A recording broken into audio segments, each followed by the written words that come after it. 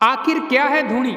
इतिहास में जब भी महाराणा प्रताप का नाम लिया जाता है तो उनसे जुड़ी अनेकों कहानियां सामने आती हैं, जिनमें से एक है धूणी। जब एक साधु के वचन पर महाराणा प्रताप के पिता ने उदयपुर शहर का निर्माण किया।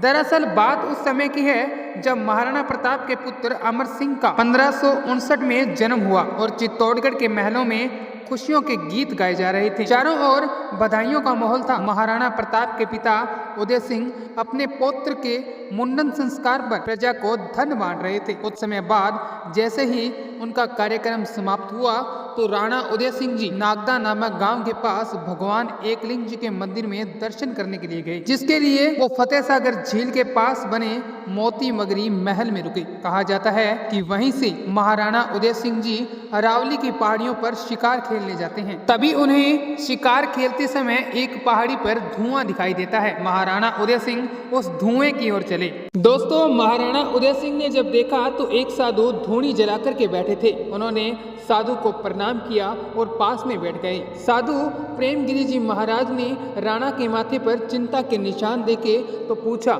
राजन, तुम्हें अब किस बात की चिंता?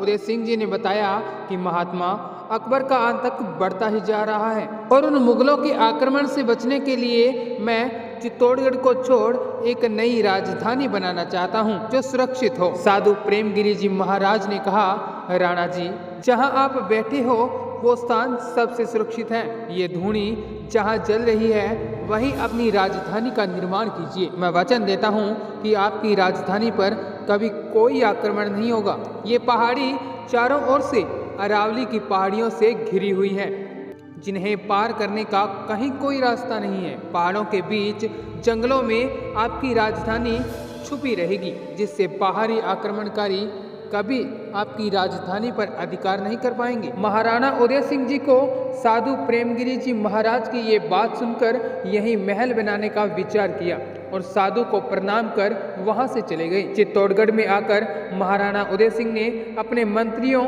व सलाहकारों से बात की और इतिहास में मेवाड़ की राजधानी के रूप में 1559 को महाराणा उदय सिंह जी ने एक नए महल की नींव रख दी।